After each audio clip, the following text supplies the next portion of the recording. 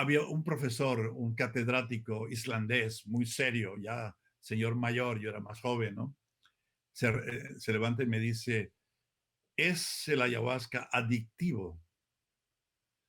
Eh, Era con una audiencia de no sé cuántas cientos de personas. Entonces lo pensé un momento y digo yo, no, no lo es.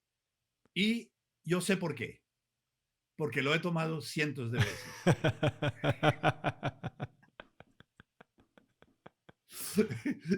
¿No? Y realmente es así, porque si yo lo tomo es porque tengo que tomarlo, porque siento mi obligación, etcétera, responsabilidad en algún momento de tomarlo, porque no es ningún pasatiempo, ni el sabor, ni los efectos y tal, es serio. Es decir, para mí es algo muy serio.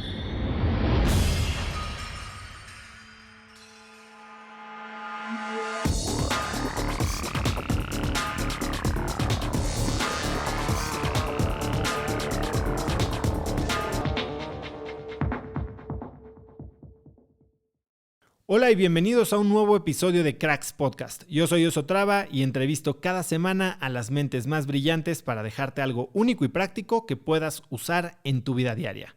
Antes de empezar, no olvides que puedes ver el video de esta entrevista en YouTube, así que si quieres ver una experiencia mucho más visual, ve a youtube.com/Cracks Podcast.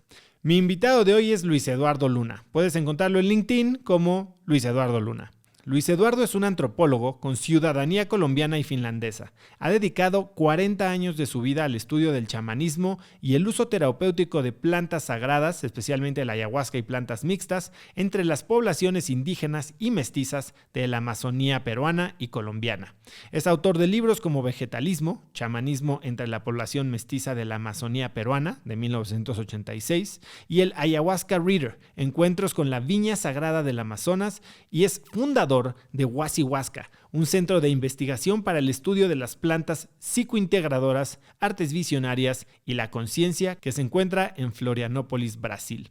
Luis Eduardo posee títulos o certificados de universidades de 7 países, habla 8 idiomas y ha sido asociado del Museo Botánico de la Universidad de Harvard y del Instituto de Botánica Económica del Jardín Botánico de Nueva York. Recibió una beca de la John Simon Guggenheim Memorial Foundation y tiene el título de doctor en humanidades honoris causa de St. Lawrence University en Cantón, Nueva York. Hoy Luis y yo hablamos de su experiencia con más de 1000 sesiones de ayahuasca, de arte visionario y de la importancia de reconectar con la naturaleza. Espero que disfrutes de este entretenido episodio con Luis Eduardo Luna. Luis, muchas gracias por aceptar mi invitación. La verdad es que los temas que quiero tocar contigo el día de hoy son temas que me ha pedido mucha gente. Vamos a tocar una infinidad de ángulos a tu historia, tu vida académica, tu vida actual. Pero pensé que podríamos empezar porque me contaras cómo conociste y quién es Terence McKenna. Bueno, es una vieja historia, eh, pero quiero pasarla rapidito porque siempre es lo mismo, ¿no? Mucha gente me pregunta esto y parece ser como si mi carrera se hubiera definido. Bueno, de alguna manera sí, ¿no? De alguna manera sí, porque gran parte de mis intereses surgieron a partir de conocer a Terence, ¿no? Y a Terence yo lo conocí en Florencia, donde yo nací, pero yo ya no vivía en Florencia, yo ya llevaba 7 años en España, había ido a estudiar allá y regresé de vacaciones después de 7 años de ausencia y pues me lo encontré en un bar. Eh, eh, eh, Primero, Florencia, hay que pensar qué era Florencia en esa época, ¿no? Era una ruidosa pequeña ciudad de frontera, ¿no? Los bares llenos de rancheras mexicanas, Y estamos justamente, hablando de ¿no? Florencia, Colombia. Florencia, Caquetá, Colombia, en la Amazonía colombiana, exacto, ¿no? De modo que te puedes imaginar esos bares con borracheras mexicanas, la gente tomando aguardiente y tinto, café colombiano y tal, ¿no? Y me encontré a Terence que estaba pidiendo algo en un pésimo castellano, ¿no? Entonces me acerqué y le dije, bueno, ¿may I help you? Y esa frase, pues de alguna manera cambió mi vida, ¿no? Porque primero se sorprendió que alguien allá en ese pueblo, ¿no? Miserable, porque era, ¿no? En esa época era ¿no? un pueblo de frontera, ¿no? Y que alguien hablara inglés y entonces, bueno, pues nos pusimos a conversar, quedamos más tarde, nos fuimos a hablar horas y horas y horas, ¿no? Y entonces, interesante porque Terence tenía 25 años en esa época, yo tenía 24. Y él había viajado mucho por India, había estado en alguna parte de la costa africana, había estado en Colombia unos meses antes de que yo lo conociera, había estado en La Chorrera, que es el departamento de Caquetá, de donde yo soy, pero eso está bien en la selva, ¿no? Y había tenido unas experiencias con Banisteriopsis capi, con la liana, y con hongos que encontró allí, hongos psilocybin cubensis, ¿no? Entonces, bueno, tuvo una gran experiencia con su hermano Dennis, que fue publicado en True Hallucinations, no sé si ha salido en castellano, bueno, en fin, el caso es que yo lo conocí cuando estaba fresquito de esas experiencias y se encontró alguien que quería escucharlo. Y entonces nos pasamos horas y horas hablando. Él se iba entonces a Bogotá al día siguiente y de Bogotá quería ir a Perú y me dijo que estaba buscando yagé y yo no sabía que era yagé, a pesar de haber nacido allá, no sabía que era yagé. Y entonces, bueno, me dijo eso, ¿no? Que iba al día siguiente a Bogotá. Muy bien, yo volví a casa, le dije a mi papá que conocía a estos gringos y que estaban buscando yagé y que se iban a Perú. Y mi papá me dice, mira, dile a tus amigos que no tienen que ir a ninguna parte porque yagé se encuentra aquí mismo, ¿no? En Florencia, porque ahí iba de vez en cuando un eh, payé o taita, mejor como lo llamo, un chamán, pero no me gusta tanto usar ese término que no es de América Latina, ¿no? Es del de Tungus, ¿no? En Siberia. Pues él sabe de Yagé. Yo conocí a Apolinar de toda mi vida porque había crecido hasta los 12 años, estuve en la Amazonía. Mi abuela tenía un granero pequeñito y los indios iban de vez en cuando allá. Florencia, dije, es de frontera. Los indígenas fueron sacados de allá. Eran misioneros capuchinos, italianos, ¿no? Por eso Florencia, Firenze, otro pueblo de ahí cerca se llamaba Vaticano y etcétera, ¿no? Bueno, habían fundado esa ciudad que luego entró en todo el boom ganadero, ¿no? Porque entró gente de otra parte de Colombia a sacar a los indios, a deforestar todo y colocar pasto para el ganado y, en fin, la historia de siempre. El Caquetá, esa región mía, es ahora una de las de mayor deforestación del mundo, es decir, ha sido pelada. Yo solía decir que yo soy amazónico, pero ahora mismo ya no puedo decir que soy amazónico porque ya no hay Amazonas. Ahí han pelado todo y hay vacas, ¿no? De modo que, en fin. Bueno, entonces no, volví al hotelito donde estaba Terence, le dije, mi papá dice que no necesita ir a ninguna parte, que puede quedarse aquí.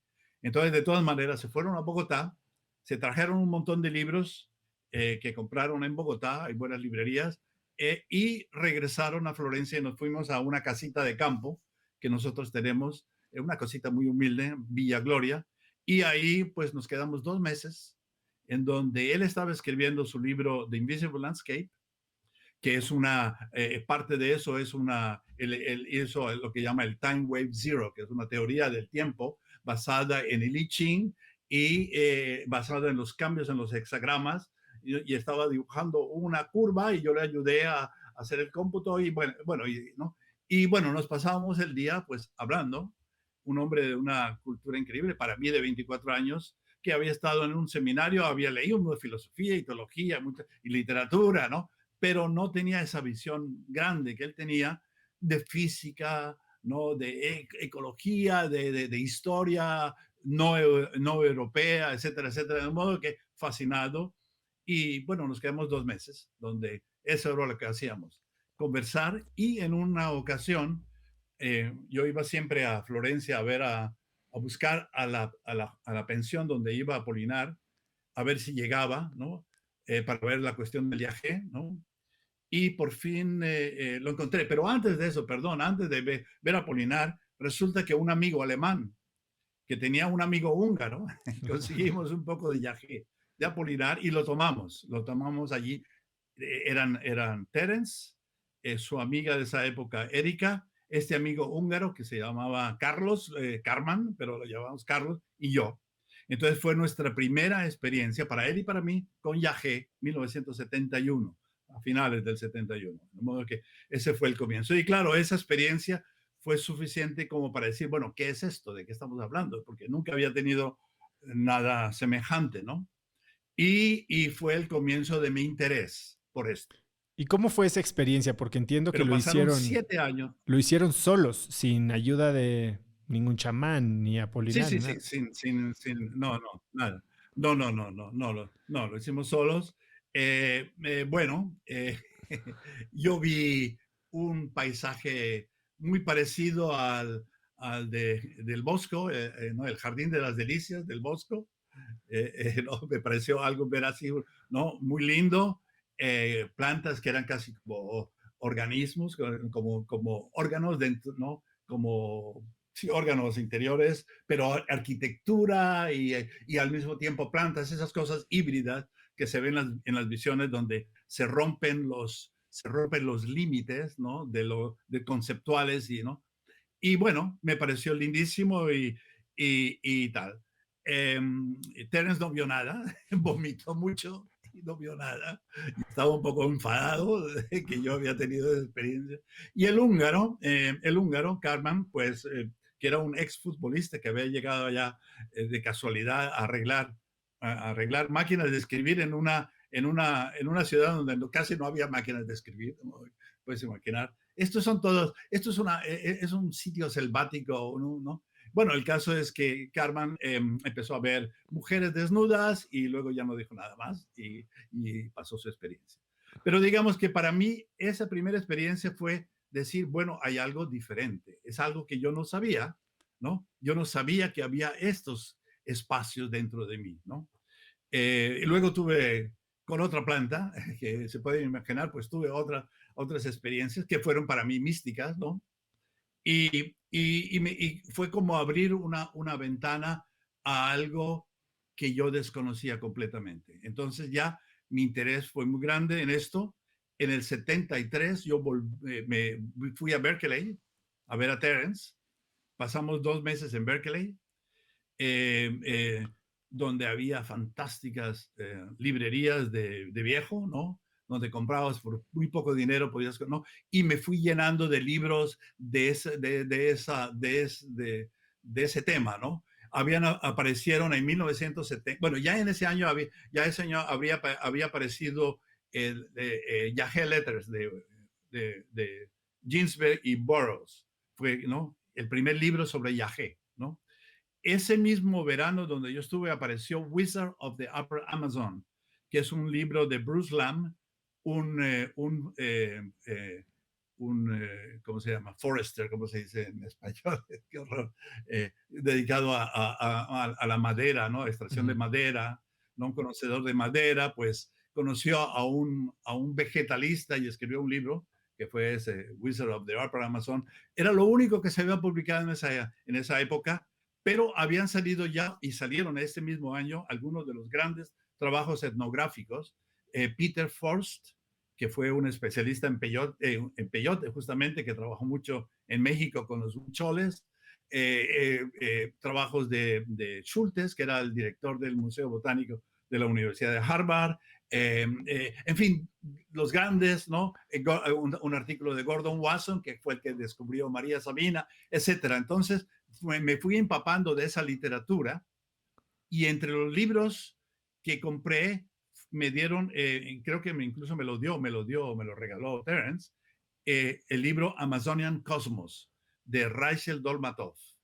Ese libro es fundamental, cambió, digamos, de alguna manera la etnografía, ¿no? O la etnología, yo diríamos, amazónica, porque es la primera vez en que tenemos un estudio etnográfico, etnológico, la verdad, tengo que decir un poco más para explicar esto, ¿no? Porque si no, fue un trabajo pionero. Me gusta hablar de Raisel Dolmatov porque lo hizo todo con una persona, un indígena de Sana que conoció en Bogotá por casualidad y se sentaron, le dio un trabajo en la Universidad de los Andes y a partir de esas conversaciones con él empezaron a salir la información de la cosmología de Sana y la importancia enorme que tiene el Banisteriopsis capi, ¿no? Yagé, en esa cultura. Es la primera vez que se ponen estas dos cosas juntas. Entonces, Rachel es uno de los pioneros de mostrar, bueno, el Amazonas, la verdad, más tarde yo me he dado cuenta, no podemos entender las culturas amerindias sin referencia a estas plantas. ¿Y cuándo Y vamos a decides, colocar ahí tabaco y otras plantas. cuándo decides tú meterte de lleno a la etnobotánica, a la medicina sagrada? ¿Cómo se vuelve un... Bueno, mira, yo lo que hice, no, eso yo fui muy despacio, ¿eh? Fui muy despacio. Porque yo primero tuve 7 años, mi segunda experiencia con Yagé fue en el 79, pero durante todos estos años, yo lo que hice fue estudiar. Raizel Dolmatov, yo le escribí a él y me dijo, estudia biología, química, ¿no? Ciencias duras, porque él decía, de esta manera, como que no te pierdes.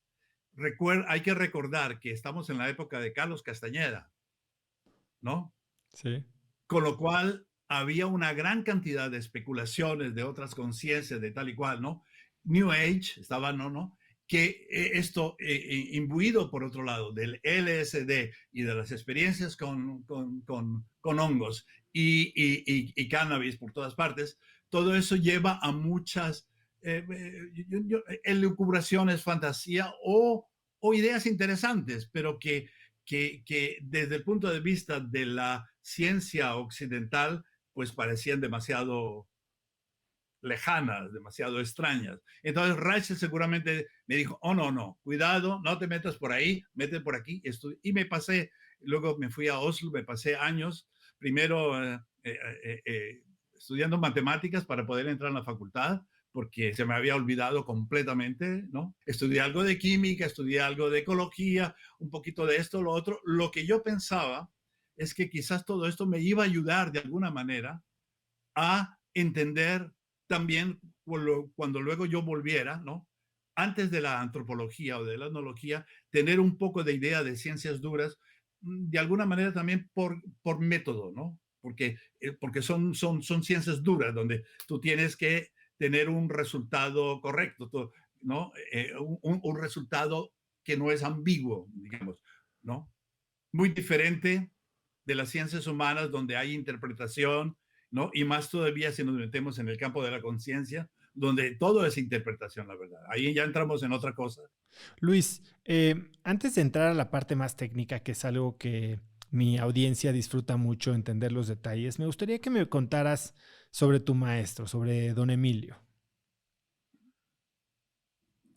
Bueno, eso ya fue más tarde, ¿no? 1900, estamos hablando de 1979, donde tuve mi segunda experiencia con Yagé. Yo hubiera querido en esa época, eran mis planes, de volver, yo estaba estudiando entonces todavía, en volver otra vez allá durante el verano y pasarme los 3 meses con don Apolinar, ¿no? Para aprender de él. Yo quería aprender, ¿no? Yo ahí me entró la gran curiosidad, decir, ¿qué es esto? Es otra manera de conocer el mundo, yo quiero aprender a ver qué es esto, ¿no? Simplemente no estaba pensando en ser antropólogo o nada, yo quería aprender y yo quería saber qué es esto, ¿no? Desgraciadamente murió antes, ¿no? Y yo incluso había pensado hacer una película, conseguí una Bolex de cuerda, Jorge Preloran, el director de la Escuela de Cine de Los Ángeles, me ayudó un poco diciéndole, bueno, cómo hacer. Yo tenía un equipo miserable, ¿no? Una Bolex de 25 segundos y tenía 30 horas de sonido, tenía una grabadora Sony buena, ¿no? Y eso era, y 1 hora 45 minutos de película, ¿no? Eso era lo que yo tenía. Yo pensé, voy a hacer una película con esto. Ahora parece ridículo porque si tienes 1 hora y media no tienes nada, ¿no? Bueno, desgraciadamente Apolinar murió y entonces fue Terence, justamente, yo fui a ver a Terence a Sebastopol en California, porque iba a comprar película, lo filmé en 16 milímetros, ¿no? Iba a comprar película ya que es más barata que en Finlandia. Y yo le dije, bueno, se murió Apolinar y me dijo, vete para Iquitos, en Perú. Y me dio 3 nombres que él había oído hablar de ellos. Y el segundo nombre era Emilio Andrade Gómez. Y él se convirtió luego en mi maestro, porque hice una película que la pueden ver en YouTube. Si hace mi nombre, Luis Eduardo Luna, y Don Emilio and His Little Doctors. Ahí está en YouTube, la pueden ver. Creo que es la primera película que se hizo sobre la ayahuasca. Hay que recordar que en esa época el ayahuasca era algo que no se conocía, absolutamente, muy poco, mínimo, ¿no? Y ni siquiera en Iquitos mismo, ¿no? Ahora hay todo un ayahuasca, turismo de ayahuasca y 150 centros y esta ayahuasca está en todas partes. En esa época esto no existía, no. Y la verdad digamos, que yo sepa, el primer, si me llamo occidental, ahora me tiro el sombrero amazónico y me pongo el sombrero europeo de año de universidad, pues entonces fui el primer occidental que hizo la dieta, que tomó el ayahuasca con don Emilio, hice la dieta como parte de el trabajo de campo, porque yo estaba haciendo una película, pero al mismo tiempo estaba tomando ayahuasca y estaba dietando, ¿no? De modo que fue de esa manera como yo empecé, siguiendo lo que él dice, porque si él dice, si quieres tomar esto, tienes que ¿no? hacer una dieta, no puedes tomar sal, no puedes tomar azúcar, etcétera. Pues bueno, pues eso es lo que hay que hacer, ¿no? Justo quiero entrar a eso. Entonces, ¿por qué no entramos ya toda la cultura y todo el sacramento de la ayahuasca? Primero, has hablado de yagé y hablas de ayahuasca. Son lo mismo, pero diferente. Cuéntame cuál es la diferencia. Bueno, la diferencia está en la planta que se añade a la liana. Yagé es Banisteriopsis caapi con otra liana que la llaman en Colombia chacropanga o chiliponga. El nombre científico es Diplopterus cabrerana. Es otra liana, también de la misma familia, es una Malpighiacea, y se usan la liana, que es la misma liana, y las hojas de la otra liana, no la liana misma, ¿no? Sino las hojas. Y eso y hacen la verdad lo preparan en frío. Lo que yo tomé fue en frío, no fue cocinado, sino se machaca la Ese liana, es el yagé. se machacan muy bien se machacan muy bien las hojas del chilipanga o Diplopterus cabrerano, se extrae, se exprime y se toma, ¿no? Que es muy amargo y en frío, ¿no? Digamos, no hay que cocinarlo. El ayahuasca es la liana con otra planta de la familia del café, es una psicotria que se llama Psychotria viridis, ¿no? Es una rusviana, ¿no? Perdón, es un rubiácea de la familia del café, y también se utilizan las hojas. Ahora, lo que es interesante es que tanto la chiliponga como la chacrona, que lo llaman Psychotria viridis, sería chacrona, las dos tienen entre sus componentes DMT. Es decir, que tanto yagé como la ayahuasca tienen DMT. Y entonces, esa es la visión farmacológica, ¿no? Que la armina, digamos, inhibe la destrucción de la DMT en el organismo, es un inhibidor, ¿no? de la monoamina oxidasa, y entonces pasa a través de la barrera sangre-cerebro y entra en contacto con receptores de serotonina, o sea, la DMT entra en receptores de serotonina en el cerebro. ¿Okay? Entonces, para entender bien, la liana hace la biodisponibilidad y los aditivos son los que traen el DMT, vamos a decirlo. Sí, los aditivos tienen DMT. Ahora, como te decía, esto es una visión muy simplista, ¿no? Ok. ¿Por qué? Porque la visión occidental, especialmente cuando esto empezó a salir, y especialmente fue en Estados Unidos, DMT, se convirtió como la gran cosa Rick Strassman, que es amigo mío, escribió ese famoso libro DMT, The Spirit Molecule, ¿no?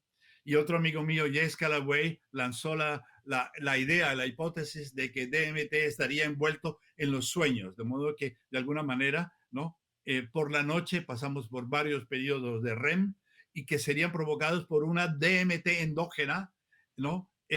Sintetizada, aparente, ¿no? Es lo que se pensaba. Pero ahora se sabe que sí, en parte, ¿no? En la glándula pineal, ¿no? Con lo cual volvemos a Descartes, ¿no? Porque Descartes pensaba que era en la glándula pineal donde estaba la conexión entre el espíritu y la materia, ¿no? Pero bueno, eso es otra parte, ¿no? En fin, sí.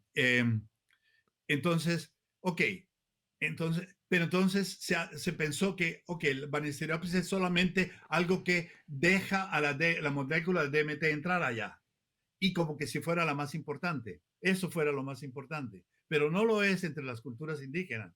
Entre las culturas indígenas, la más importante es la liana, no el aditivo. E incluso hay grupos indígenas que solamente toman la liana. Y la liana tiene toda una mitología, porque es una liana, puede ser enorme, puede subir 40 metros en la selva y florecer ahí arriba en el copo de los árboles. Es un río, es una serpiente, ¿cómo se llama? Un cordón umbilical que te conecta con el universo. Es decir, hay toda una gran mitología alrededor de la liana y no la hay tanto, casi no la hay ni con la psicotria ni con la chacropanga, ¿no? De modo que la liana es la fundamental. Ahora, esto es apenas la punta del iceberg, porque Banisteriopsis se utiliza también con otras muchas plantas. Es decir, es como que lo que facilita de alguna manera ese camino con otras plantas. Te abre la puerta para entrar en contacto con otras plantas que hablan a través también de la ayahuasca. De modo que, por eso te digo, es la epistemología indígena, que es intersubjetiva.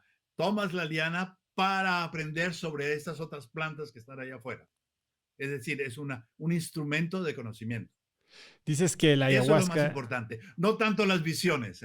dices que la ayahuasca es una combinación entre dos ilusiones, la del mundo de los sueños, el DMT, y la del mundo feliz de la serotonina. Cuéntame un poco de eso.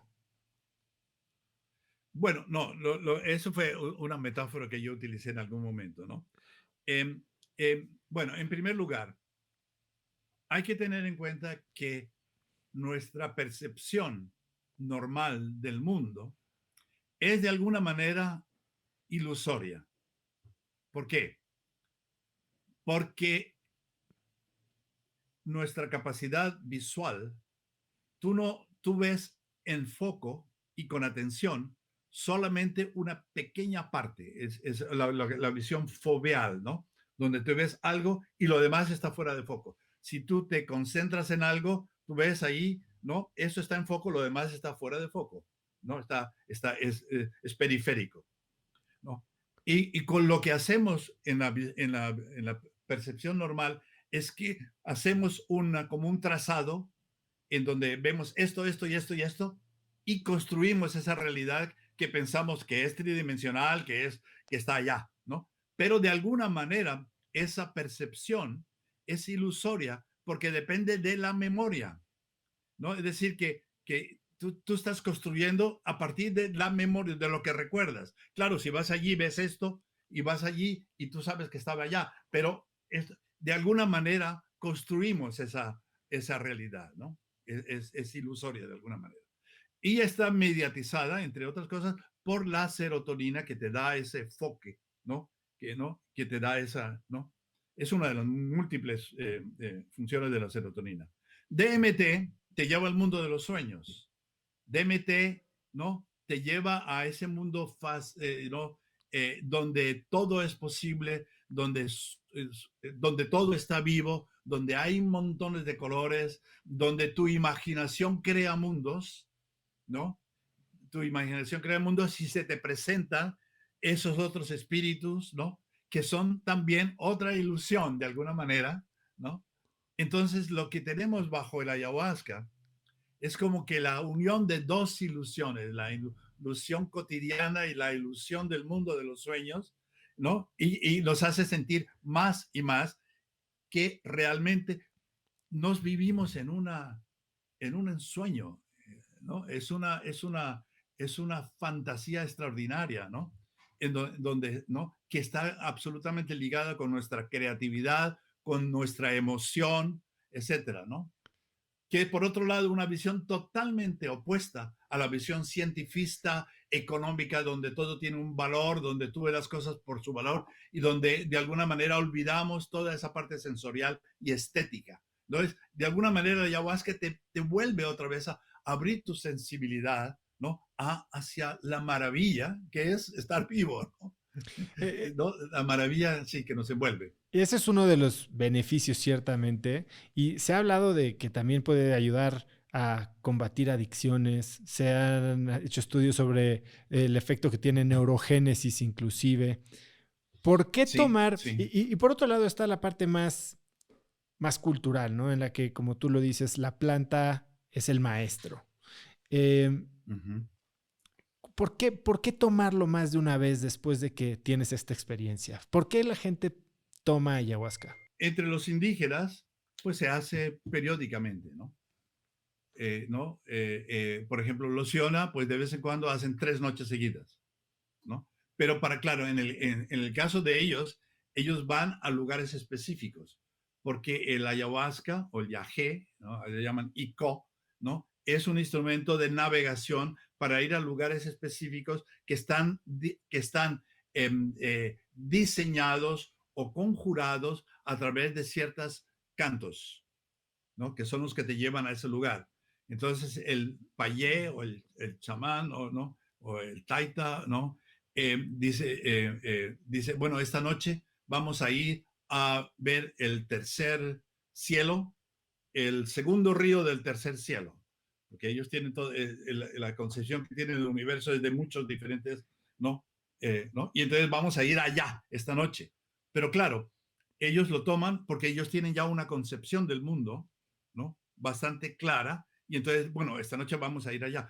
No, los occidentales no tenemos eso, porque ya no tenemos una cosmovisión total, ¿no? Una cosmovisión de la que todos digamos que estamos de acuerdo, sino que cada uno de acuerdo con sus lecturas, o de acuerdo con su religión, o de acuerdo con sus experiencias del mundo, ha creado una historia, ¿no? De dónde estamos, y hay una cosmovisión que es muy particular, ¿no? Entonces, por eso, entonces ya no hay esa cosa colectiva de decir vamos a ir a tal lugar, sino que cada uno va viajando por sus mundos de acuerdo con sus propias experiencias. Claro, al viajar por esos mundos, muchas veces lo que sucede es uno viaja a través de su propia vida. Se empieza a cuestionar, ver tu vida en su, ¿no? ¿Dónde has llegado? ¿De dónde vienes? ¿Y a dónde vas? Son esos momentos en que tú ves como tu vida como una totalidad, ¿no? Tú dices, bueno, esto es, y empiezas a buscar sentido. Y muchas veces lo que la gente necesita es buscar un cierto sentido, ¿no? Sentido a la vida. Decir, bueno, ¿no? Y en ese descubrimiento de sentido, de repente te das cuenta de los problemas que ha habido en tu vida. A lo mejor no traumas, relaciones malas con tu padre, con tu madre, o cuando estabas en el colegio, no, te das cuenta de todo eso, lo ves. Y en el momento de verlo claramente y entenderlo, tiras el trauma de ti mismo. Inclusive las adicciones, de alguna manera, ¿no?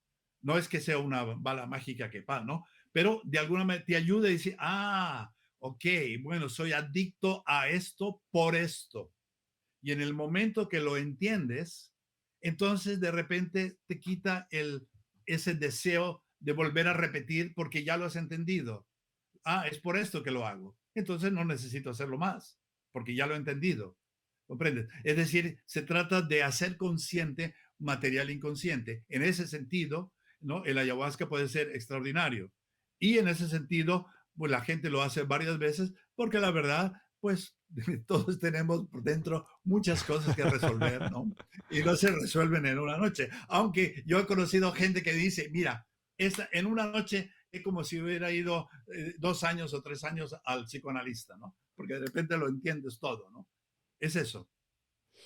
Entonces te da sentido personal, pero por otro lado también te da una visión mayor, ¿no? Donde ya pasas de tu historia individual y ves ya un poco la historia grande, ¿no? Eso es lo que me ha pasado de alguna manera a mí, ¿no? Durante años y años, que lo que me ha dado es empezar a entender un poco más la historia grande, con lo cual significa que también hay que estudiar historia, ¿no? Y ver, ¿no? Cómo funcionan las cosas y entenderla mejor.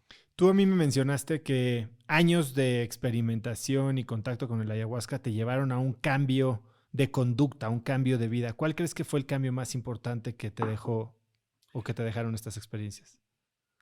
Bueno, yo creo que el cambio es que he pasado de ser una persona urbana, donde tengo mi pisito con mis máquinas y todo eso, a tener este jardín que está alrededor, donde tenemos 400 especies de plantas, donde estoy en contacto continuo con pájaros y con todo lo que viene aquí, ¿no? Con insectos, con lo que venga aquí, ¿no? Es decir, ese sentimiento de unión con la naturaleza, ¿no? Intentar comprender, producir lo máximo posible de lo que como, ¿no? Producir lo mínimo posible de basura, ¿no? Porque esa basura tiene que ser, ¿no? ¿A dónde va? Es decir, simplemente ser consciente. Para mí eso es lo fundamental, ser más consciente de mi día a día y intentar con mi vida personal hacer lo que puedo, ¿no? Y mi esposa igual, ¿no? Y mis hijos igual, aprendiendo esa manera de vivir, ¿no? Mucho más, de manera más simple, y más ligada, ¿no? A esa más intersubjetiva con toda esa maravillosa naturaleza que tenemos. Luis, en tus más de 40 años de experiencia, ¿cuántas sesiones crees que has tenido de ayahuasca? No, no, no, no, no, no las he contado, pero claro que son cientos o mil, más de 1000 seguro, ¿no? Me hace recordar una vez, porque yo, por un lado está ese lado mío, por otro lado está mi interés antropológico, científico, etcétera, ¿no? Pero recuerdo una vez en un congreso en Curitiba, un congreso internacional de psicología, ¿no? Y hablé pues de los indígenas, de estas cosas y más o menos, ¿no? Y había un profesor, un catedrático islandés muy serio, ya señor mayor, yo era más joven, ¿no? Se levanta y me dice, ¿es el ayahuasca adictivo? Eh, Era con una audiencia de no sé cuántas cientos de personas. Entonces lo pensé un momento y le digo yo, no, no lo es. Y yo sé por qué, porque lo he tomado cientos de veces.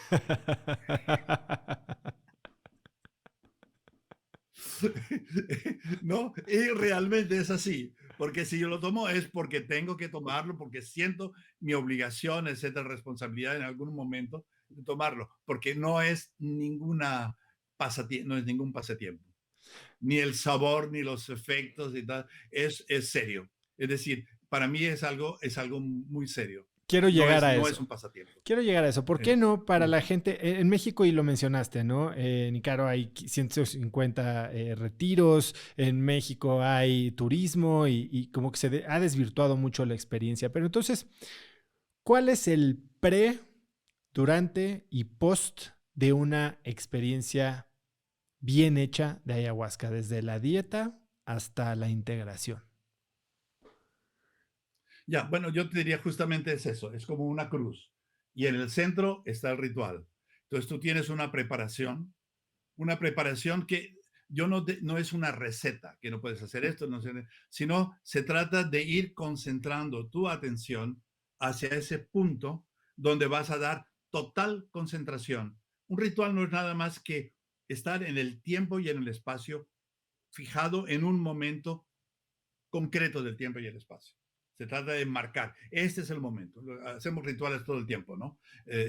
Vamos a tal lugar, voy a ver a un amigo, le voy a dedicar una hora de mi tiempo, o ahora mismo, por ejemplo, esto es un ritual, ¿no? Y hemos marcado y este es un tiempo donde doy la total atención.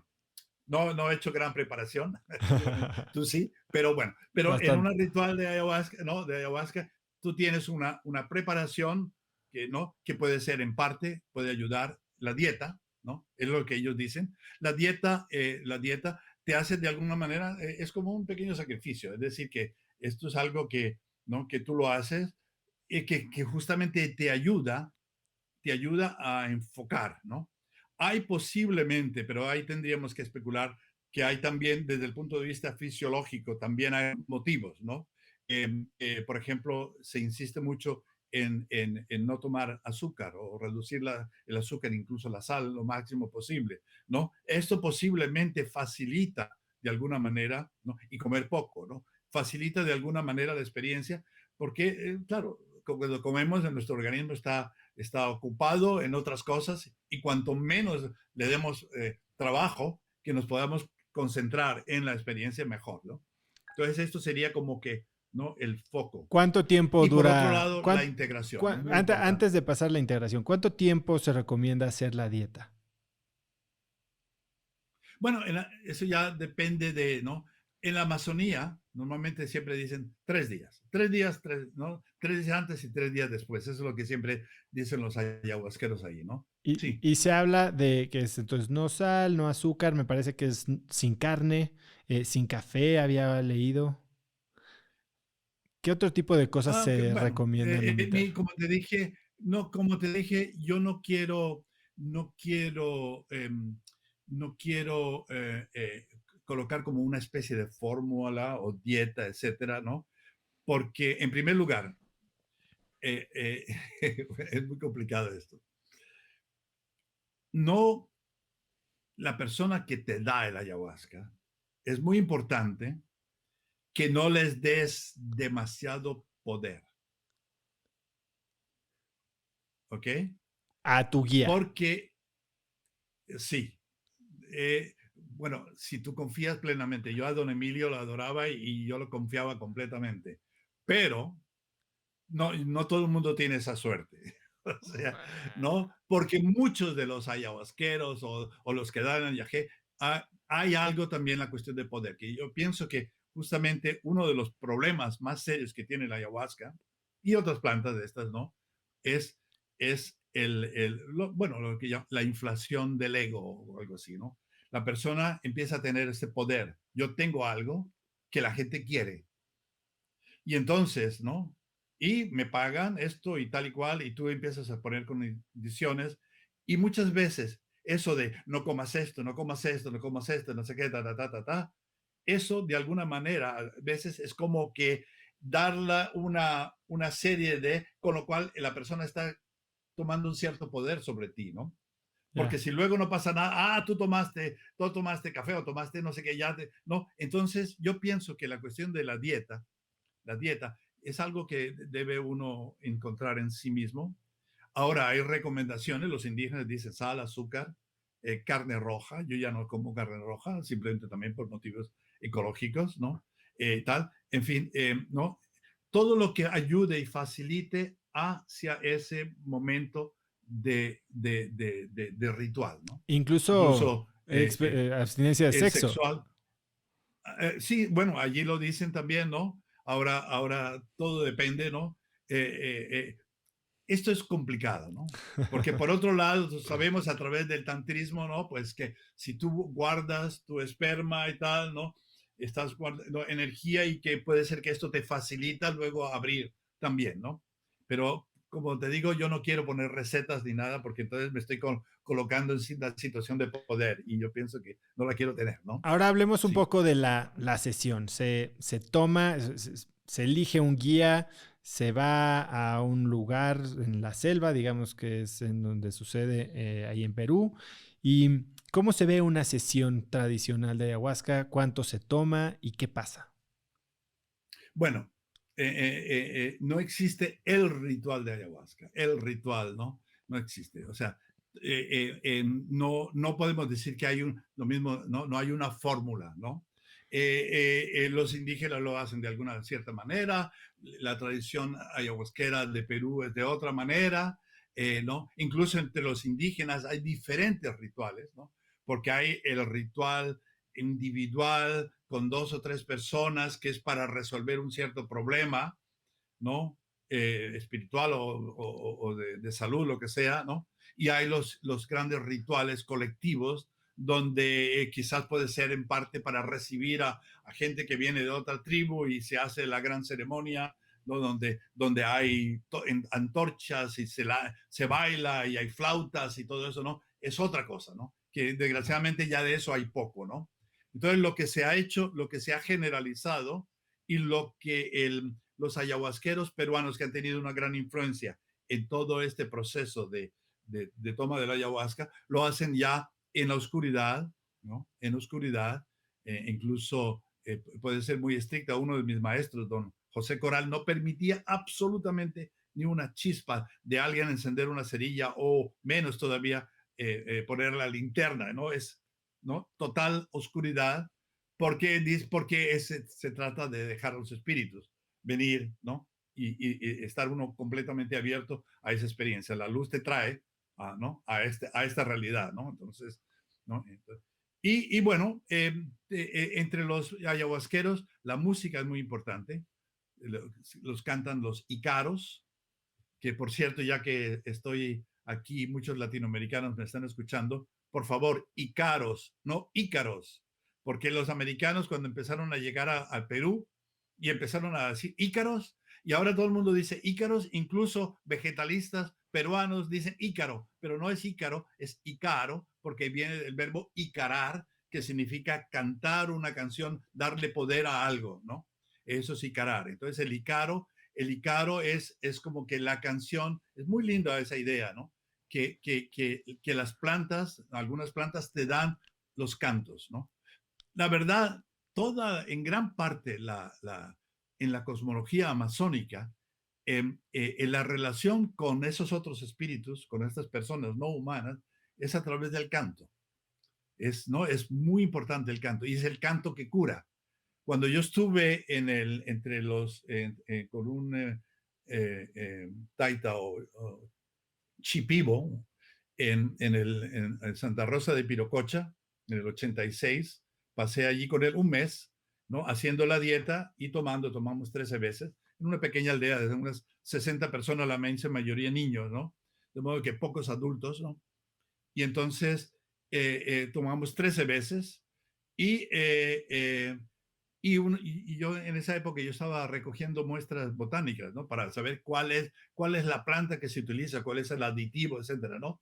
Y tal. Y don Basilio me dice, si sabes el canto de una planta, no necesitas la planta. Porque para ellos la esencia de la planta está en el canto, que es increíble. Es una idea bellísima, ¿no? Donde de alguna manera es como que el canto es la quinta esencia. Y ese canto ya tiene la facultad curativa o ya te abre los caminos, etcétera, etcétera, ¿no? Esa es ¿no? Entonces eso sería, ¿no? El chipivos, ¿no? En fin. De modo que no hay un ritual. Claro, ahora hay tanta gente que hace rituales y cada uno lo hace de manera diferente, ¿no? Antes de seguir con el ritual, hay algo que olvidé preguntar y que no quiero que se me vaya. Como parte de la dieta o de la preparación, háblame de la importancia de fijar una intención y la diferencia entre una intención y una expectativa.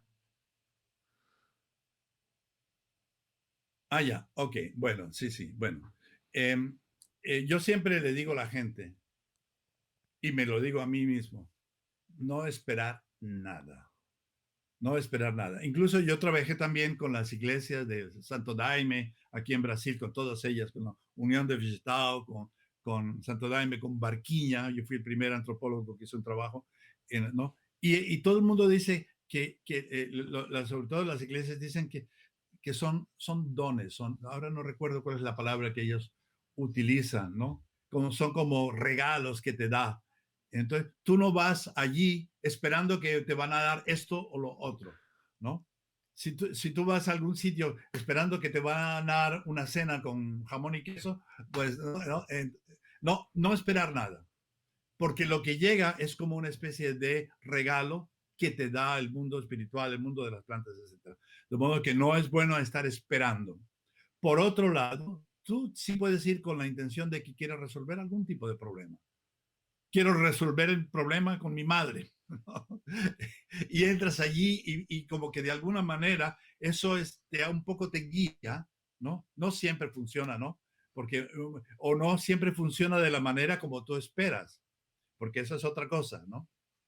La respuesta a tu pregunta puede venir de manera completamente inesperada e incluso, a mí me gustan siempre los rituales colectivos donde hay un cierto número de personas, incluso la respuesta puede venir de otra persona que de repente te dice justamente lo que tú, la respuesta que tú querías, ¿no? Te la puede dar otra persona.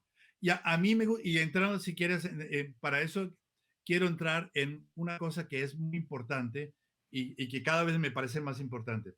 Tenemos que pasar, hablemos un poquito otra vez de filosofía, tenemos que pasar, tenemos que superar la idea platónica de las ideas puras, de las cosas puras, del individuo separado. No existe nada separado. Todo está interligado. En la naturaleza todo está interligado. Absolutamente. Justamente estoy leyendo un libro fantástico de Merlin Sheldrake, que es el hijo de Rupert Sheldrake, que se llama Entangled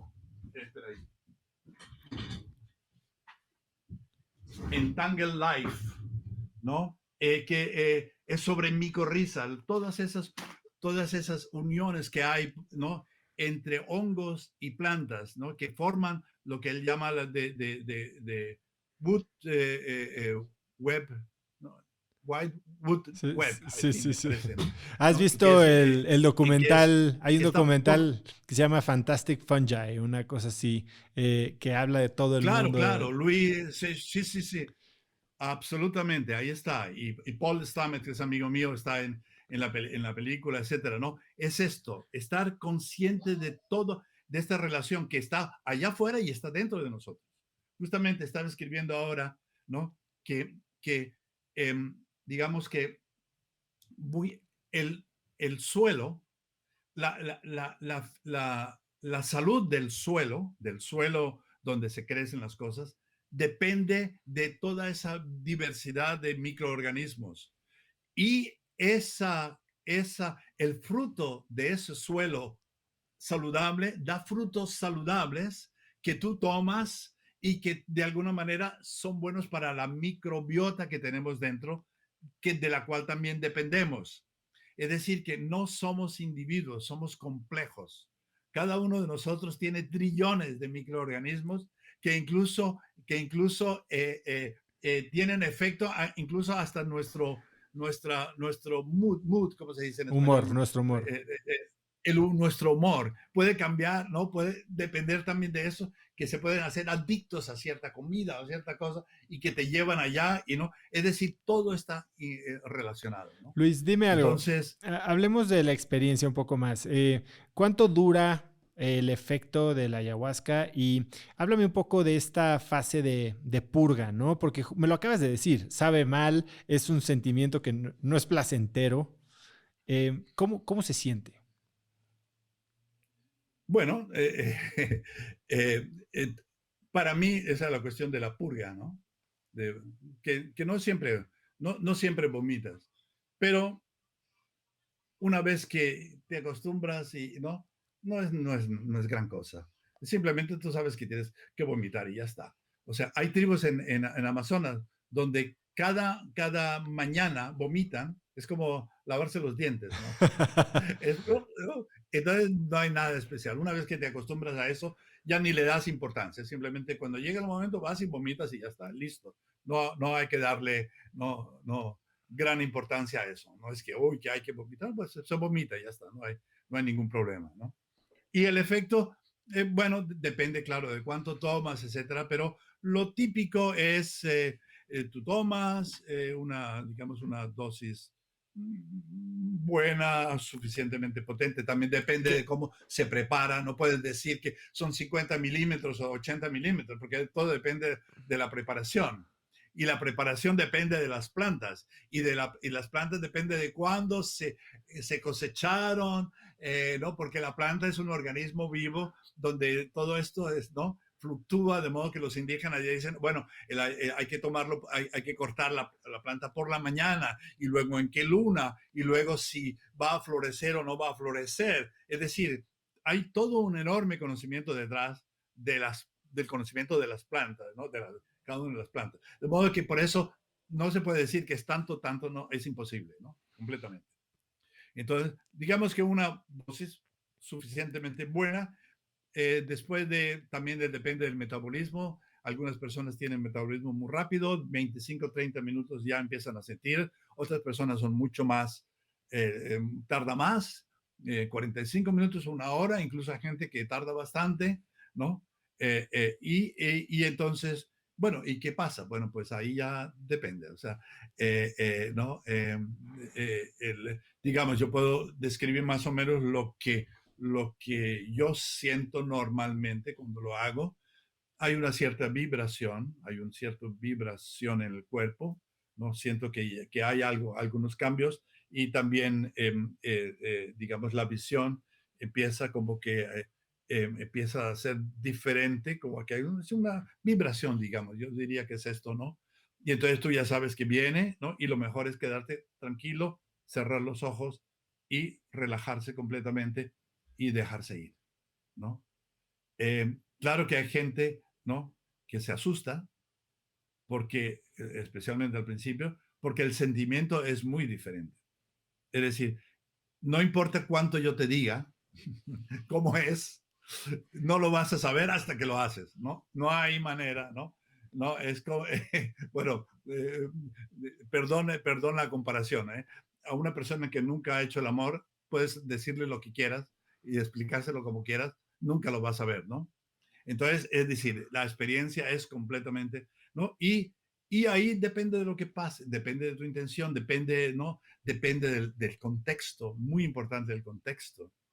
Si tú confías en las personas que están allí o no, si tú tienes alguna duda, ¿no? Uf, ahí, ¿no? Porque eso amplifica los sentimientos también.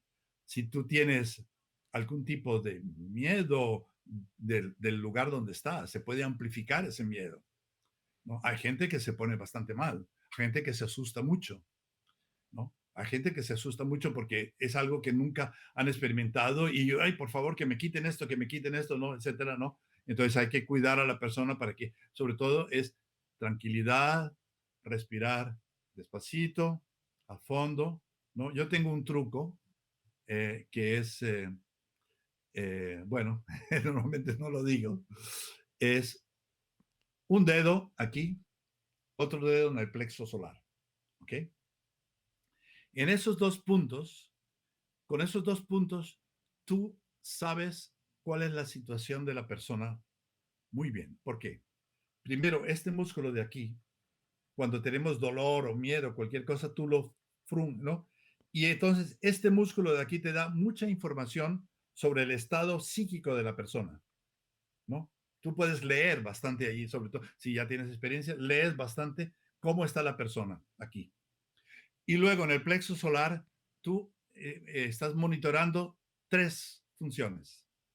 El latido del corazón, que se siente perfectamente claro ahí. La respiración de la persona, la profundidad de la respiración de la persona. ¿Comprendes? Y si hay algún movimiento en las tripas, un movimiento en el estómago, ¿no? Entonces tú, con esas dos cosas, tú con un dedo, tú tienes una visión del el estado fisiológico de la persona y con el otro, el psíquico de la persona. Con esos dos puntos de referencia, tú ya sabes, conoces bastante qué es lo que pasa en la persona. Ahora, es algo que me lo dio la ayahuasca, lo he ido aprendiendo y tal y cual, ¿no? No lo hacía don Emilio así, ¿no? Además los indígenas y los ayahuasqueros mestizos, si lo estás pasando mal, te dejan ahí, pásalo, ¿no? No te vienen a tomar la mano y pobrecito tú y nada, ¿no? Tú tienes que pasarlo ahí, ¿no? Pasarlo y Eso es algo aguantar que he oído, el tranco, entonces, ¿no? eso es algo que he oído, que en muchas ceremonias o rituales no permiten que ayudes a nadie, que no lo toques, que tiene que pasar esa experiencia solo o sola la persona. Exactamente. Bueno, nunca que otra persona de los participantes toque o se meta a ayudar a otra persona. No. Bueno, al menos no yo eso lo prohíbo completamente. Cada uno va a lo suyo. Cada uno. La persona que dirige, o el chamán o lo que sea, ¿no? Lo que está ahí, su responsabilidad es que vaya todo bien y ayudar a la persona si realmente, ¿no? Yo siempre aconsejo a la gente, en el momento, respirar despacio y profundo. Porque eso ya, si tú te concentras en tu respiración, eso ya te calma, ¿no? Sea lo que sea, veas lo que veas, ¿no? Porque pueden venir, como dicen, ¿no? Los esqueletos salen no salen Del closet. de los armarios, ¿no? Si tienes del closet, ¿sí? Si no, entonces aparecen cosas y tú tienes que aguantar, verlo, ¿no? O puedes verte a ti mismo, cosas de ti mismo que no quieres ver. Justamente ahí está la parte de sanación muchas veces, ¿no? Que tú ves, te das cuenta, es como ponerte un espejo delante y te das cuenta, Dios mío, yo estoy culpando a esta persona, pero la culpa es mía, por esto y por esto y por esto. Y eso te puede afligir y te puede, ¿no? Poner muy mal, tienes que aguantarlo, ¿no? Es decir, son lecciones que te da, ¿no? Lecciones. Y que puede uno hago, ¿no? Ya depende de cada persona cómo lo aguanta y cómo, ¿no? Pero en fin. Luis, estas lecciones, como con cualquier lección de la universidad, de un libro, de nada sirven si no se aplican.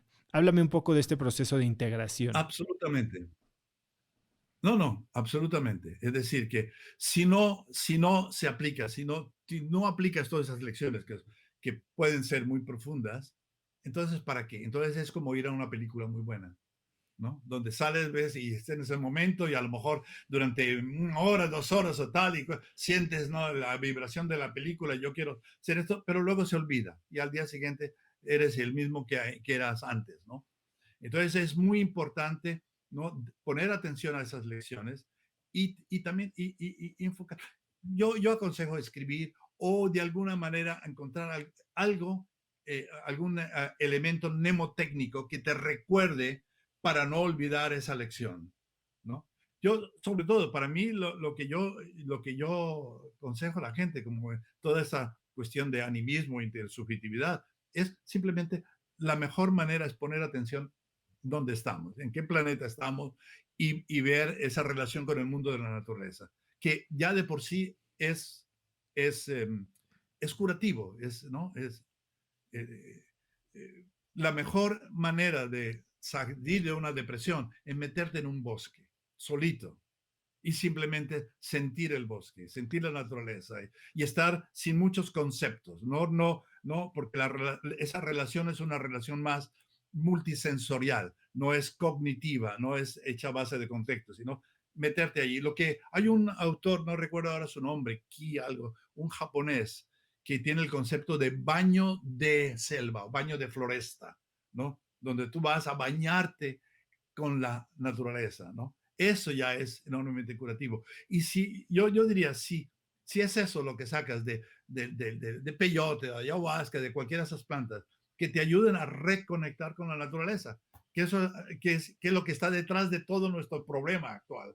Nuestro problema serísimo es ¿no? La distancia de la naturaleza y considerar la naturaleza como recurso económico, etcétera, ¿no? ¿Y recomiendas mantener contacto con las personas que tal vez vivieron esta experiencia contigo, tener algún grupo de apoyo como en la fase de integración? Bueno, ahí puede ser que puede ayudar, sí, sí.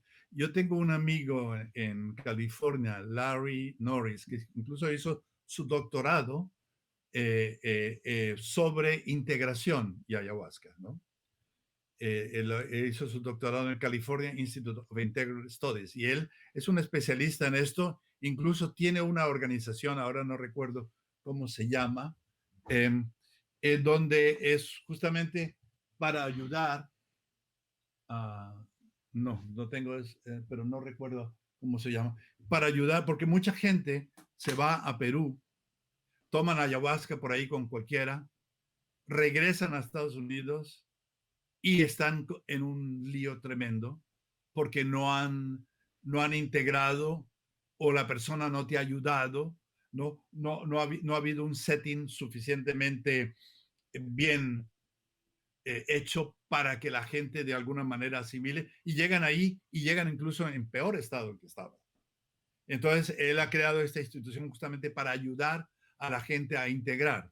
Y conozco también una psicóloga, también en Bay Area, en la área de San Francisco, ¿no? Que su especialidad es justamente ayudar a la gente que ha estado en el Perú y que regresan muy mal, ayudarlos a integrar, ¿no? Entonces es la paradoja, ¿no? Que se van a Perú, yo voy a no resolver el problema y regresan peor porque han Apa- tomado ayahuasca, quién sabe con quién y en qué circunstancias y ha habido horribles casos de chicas que van allá y luego el supuesto chamán intenta seducirlas o en fin, ¿no? Entonces es un campo minado, es un campo minado, ¿no? Luis, Especialmente ahora que hay tanto interés financiero también en esto.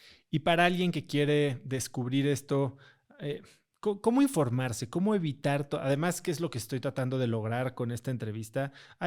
¿Cuál sería el libro, el recurso, el blog? ¿Dónde puede la gente educarse para llegar más informada? Bueno, ok. Bueno, hay bastantes cosas ahí.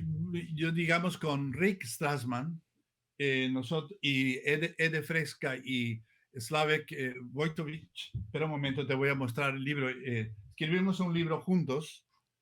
eh, ¿Qué es el ayahuasca reader o qué? no, no, no, es otro. Ya. Inner Path to Outer Space, ¿no? Aquí hay buenos consejos. Yo tengo 2 capítulos ahí, ¿no? Y Rick escribió yo creo que es un buen libro para la gente informarse. Qué pena que no está en castellano. Está en estoniano y está en checo, pero no en castellano. Qué horror, ¿no? En fin. Pero ese es un buen libro, digamos, ahí, ¿no? Sí, recomendaciones y tal, sí. Ahora hablemos un poco de Huasihuasca. Tú vives en Europa, 30 años, vives en Finlandia, haces una familia y regresas a Brasil y creas Huasihuasca. ¿De dónde sale cómo concibes la idea de Huasihuasca? Bueno, ok, en primer lugar, yo viví 7 años en España, estudié filosofía y letras en Madrid, de ahí me fui a Oslo, donde fui profesor en la Universidad de Literatura. Era la época del boom latinoamericano, de modo que eran Carlos Fuentes y García Márquez y Carpentier y Borges ¿no? Etcétera, ¿no? Entonces yo me dediqué a la literatura, a dar clases de literatura y también me interesa mucho la historia, de modo que daba clases de historia de España, historia de Latinoamérica, etcétera, ¿no? Y tal. Pero luego, pues empecé a estudiar ciencias, como te dije. Al mismo tiempo era profesor de literatura y al mismo tiempo iba a las clases de química, ¿no?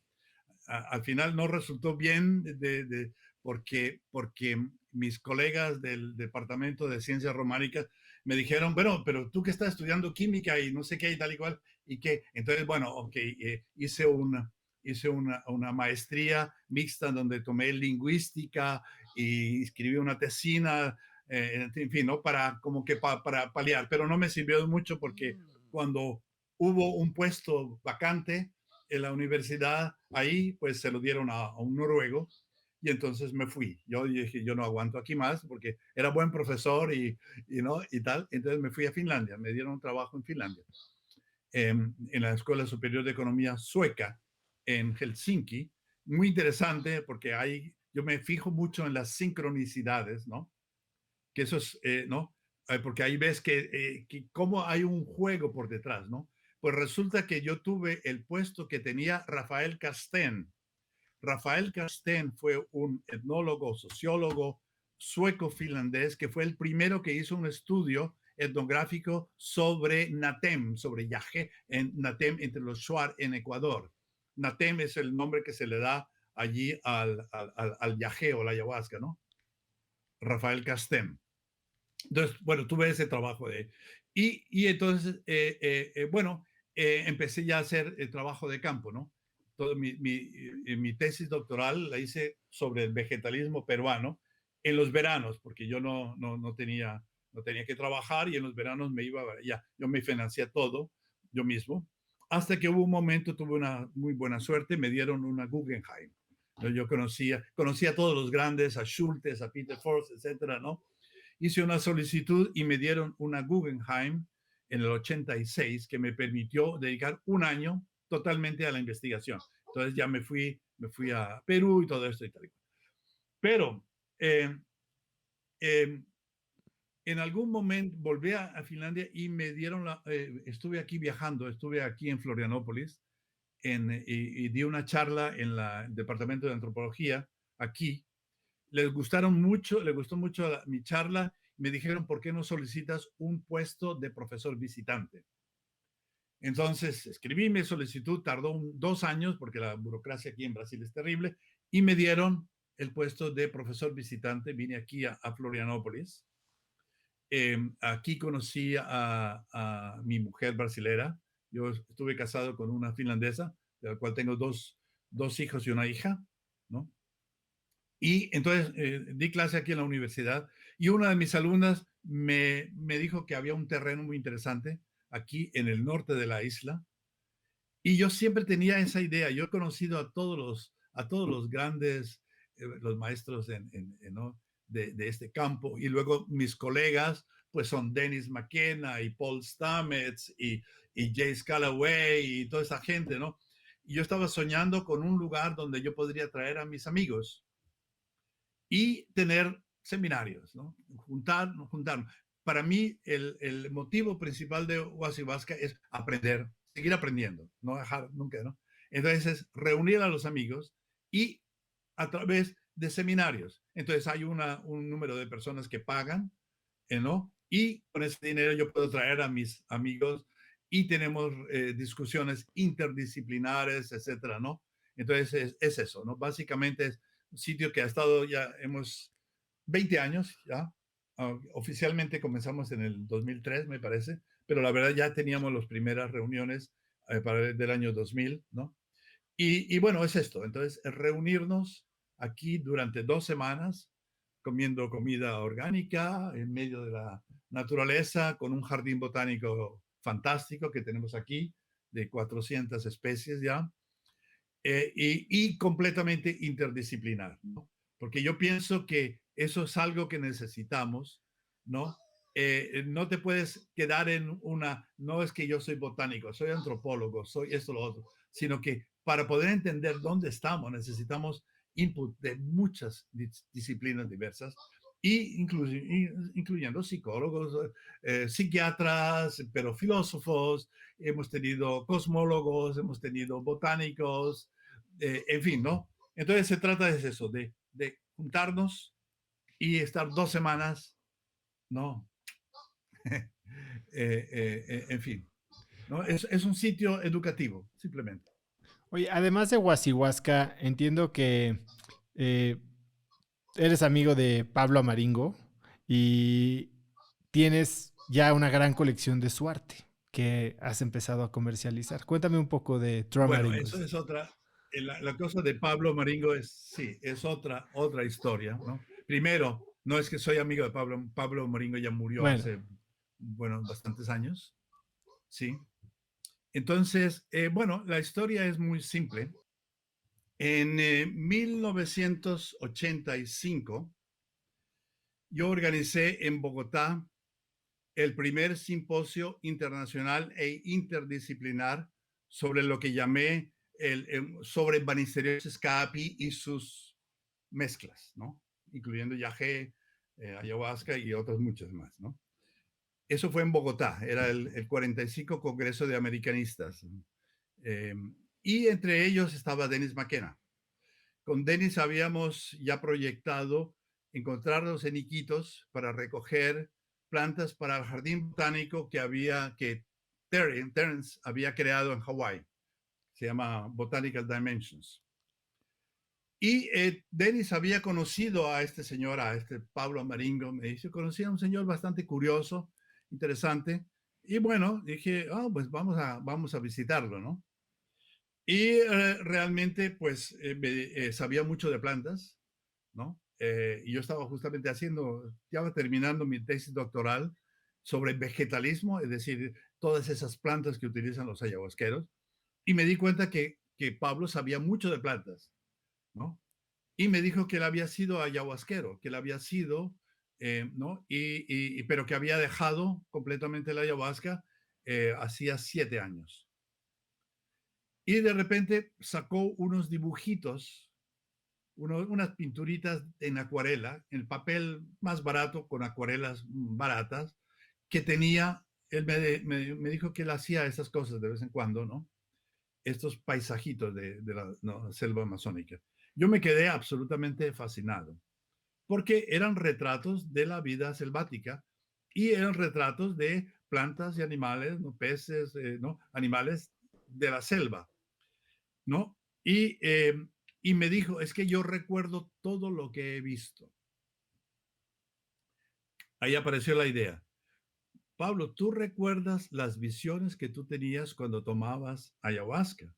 Me dijo, sí, sí, yo las recuerdo muy bien. Por favor, me podías pintar. Y hizo las dos primeras visiones, le dio una a Denis y una a mí, ¿no? Yo me llevé la visión que me dio a Helsinki, donde estaba trabajando. Bueno, le prometí que le mandaría pinceles, papel, etcétera, ¿no? Porque no, era muy pobre, pobrísimo, no tenía ni agua, ni agua corriente, ni electricidad, no, era realmente miseria, ¿no? Entonces le mandé esos materiales y tomé una fotocopia de la visión que él me dio y pregunté, ¿qué es esto? ¿Qué es esto? ¿Qué es esto? ¿Qué es esto? Varios números, ¿no? Y me llegó de vuelta, en esa época correo, ¿no? Normal, lento, me llegó una descripción de la pintura con los nombres de los espíritus, ¿no? Entonces, esto fue una revelación. Yo en algún momento mencioné Rachel Dolmatov, que hizo con una persona, escribió su famoso libro Amazonian Cosmos, que abrió toda una ventana. Y por otro lado, Rachel Dolmatov luego estuvo entre los de Sana realmente, llevó lápices de colores y papel, se lo dio a los indígenas para que pintaran lo que querían, lo que quisieran. Y lo que salieron unas pinturas fantásticas que luego él publicó con el nombre de Beyond the Milky Way, ¿no? Fantástico, una publicación bellísima. Yo recordé esa historia de Pablo, de Rachel Dolbatov. Dije yo, caramba, aquí hay una posibilidad de que él continúe haciendo visiones y yo le hago preguntas y él me responde no con palabras, sino con pinturas. Y así iniciamos esto, que fue no, no, yo le mandé los materiales de primerísima calidad, la mejor gouache, mejores pinceles que podía encontrar, ¿no? Y él pintaba, ¿no? Él pintaba, me mandaba las pinturas, ¿no? Empecé a dar clases, cuando me invitaban a congresos, empecé ya a ilustrar, digamos, mi charla sobre ayahuasca con pinturas de él. Había gente que se interesaba, empecé a hacer reproducciones baratas que vendía, con ese dinero yo podía mandarle a Pablo. Poco a poco fuimos transformando su casa, de modo que llegó primero una lámpara de gas, luego llegó la electricidad, luego llegó el agua, luego fuimos, no, poco a poco con ese dinero se empezó a mover una economía entre mis colegas, ¿no? Entre mis colegas. De modo que de esa manera comenzó y él se pudo dedicar 100% a pintar, porque él hacía 1000 tipos de trabajos, ¿no? Estaba dando clases de inglés, sabía algo de inglés, tenía un método de cómo enseñar a leer y escribir. La verdad, Pablo era un genio como pedagogo, ¿no? ¿No? Bueno, entonces fue así como comenzó la cosa. Luego ya empecé a vender algunas de las pinturas, bien baratas al principio, ¿no? ¿No? Para poder para continuar mejorando las cosas y comprar los materiales, ¿no? Y bueno, en algún momento, pues ya empecé a invitar a Pablo. Y yo dije, aquí hay, ¿no? Y lo llevé, estuvimos en Los Ángeles, estuvimos en Estocolmo, en Oslo, a Helsinki, luego estuvimos también en Japón, en fin, bueno, ¿no? Toda una producción fantástica y yo recogía los relatos, las descripciones de los cuadros y al final resultó en el libro Ayahuasca Visions, que tú lo conoces, ¿no? Sí. conoces el libro, ¿no? Sí, aquí voy a mostrarlo aquí. Que es un libro formato grande con 49 visiones de Pablo, las descripciones, pero yo escribí además una larga introducción, la biografía de Pablo y toda una serie de notas, porque muchos de los elementos en las pinturas de Pablo están relacionados con conceptos indígenas o con alguna, ¿no? Además, identificar científicamente las plantas y los animales, de modo que tiene un gran índice de tal manera que tú puedes ver, ¿no? Y temático, etcétera. Es como una pequeña enciclopedia en base de las visiones de Pablo. Ahora, esto fue una revelación también, ¿no?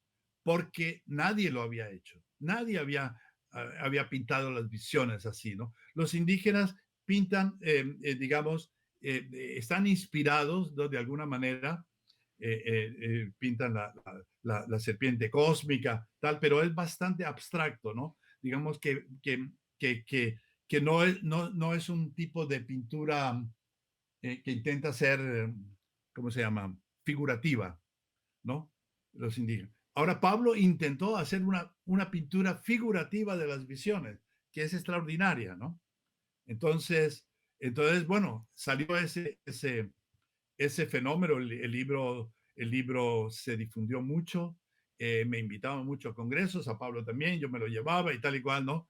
Eso fue un lado. Por otro lado, empezaron a llegar primero un chico, luego dos, que querían aprender a pintar. Y entonces yo le dije a Pablo, bueno, pues, ¿no? Dales papel, dales los materiales, etcétera, etcétera. Y en yo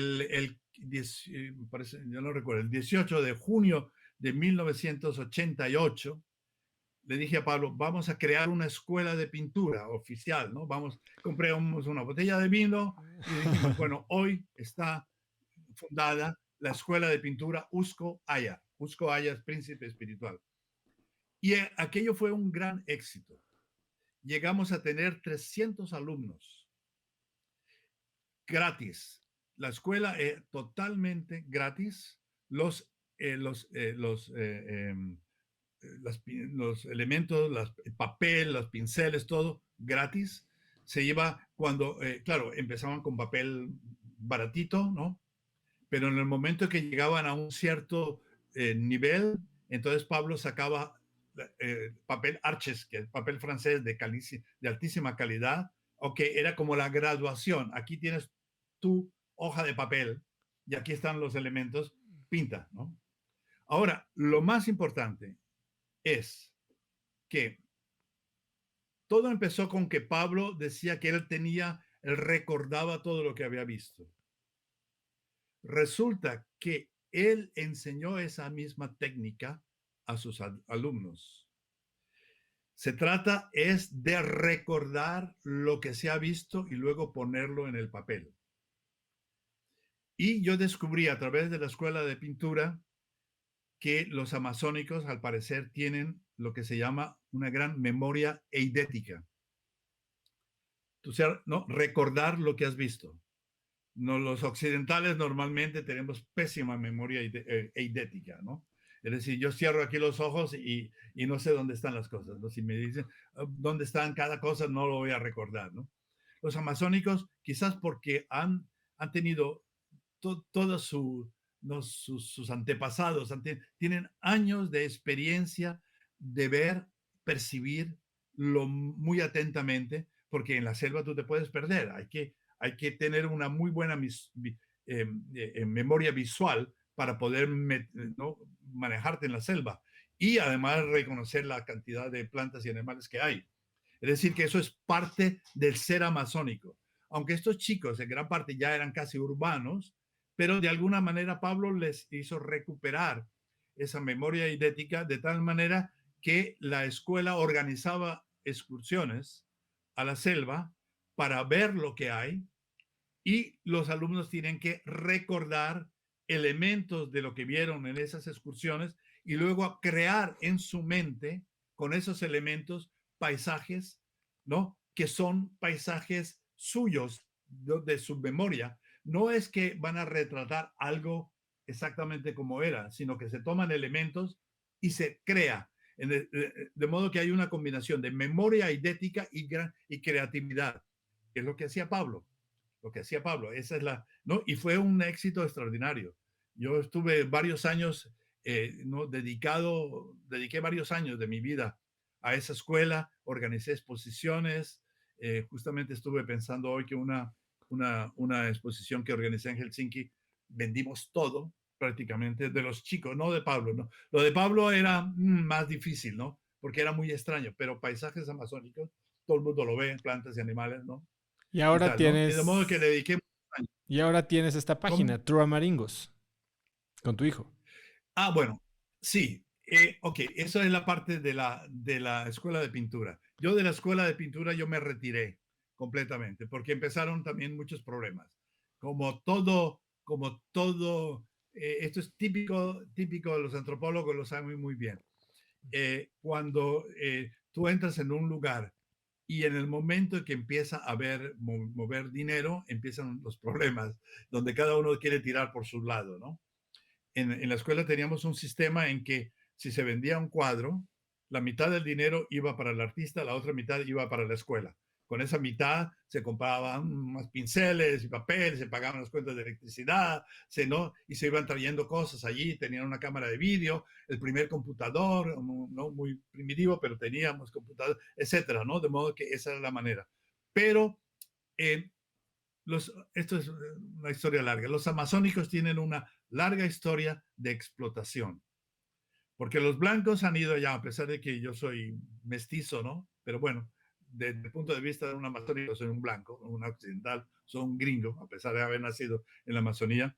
Hay toda una larga historia en la Amazonía de que los gringos llegan allá para algo, para sacar algo petróleo, peces ornamentales, caucho, ¿no? La historia terrible de la Amazonía con el caucho a partir de la segunda mitad del siglo XIX hasta 1914 fue terrible, de explotación, ¿no? de indígenas, todo eso, ¿no? Hay toda una historia, ¿no? Entonces, esa historia luego se proyecta fácilmente a cualquier cosa. Entonces, la escuela empezó humildemente y cuando empezó a tener una cierta fama y todo eso, ahí empiezan las sospechas. Si este dinero está llegando, ¿cuánto dinero no llegará? ¿Cuánto será que yo estoy metiendo en mi bolsillo? Cuando yo nunca, ¿no? Para mí era un proyecto de corazón, nunca metería ni siquiera de pagar viajes, nada, ¿no? ¿No? Pero empiezan esas sospechas y tal, ¿no? Que al final, pues simplemente yo me estaba matando porque trabajaba mucho para esa escuela. Yo llevé a chicos, ¿no? A varios países, etcétera, ¿no? Y teníamos 300 alumnos. 300 alumnos, tú sabes lo que, la cantidad de materiales, de pinceles, aquello era una cosa extraordinaria, ¿no? Y de buena, y resultados de altísima calidad. Pero al final yo dije, no, esto me está matando y encima están sospechando de mí, me retiré, ¿no? Me retiré. Ahora bien, con lo de Pablo es al principio cuando no había comercio, donde no Pablo era una figura desconocida, yo mismo fui comprando algunos de sus cuadros, ¿no? Entonces compré una colección que va del 85 al 89. Nada, son los primeros años que los cuadros eran baratos, luego se hicieron demasiado caros también para mí, entonces ya no compré más, ¿no? Pero entonces yo tengo esa colección de los primeros años, que la verdad ahora, después de 30 años, es una colección preciosa, porque aquí yo tengo desde la primera visión, ¿no? La primera de todas, ¿no? Y luego algunas que eran respuesta a mis preguntas sobre plantas maestros, sobre los viajes, etcétera. Entonces tengo eso, ¿no? Que está en eso, en trueamaringos.com.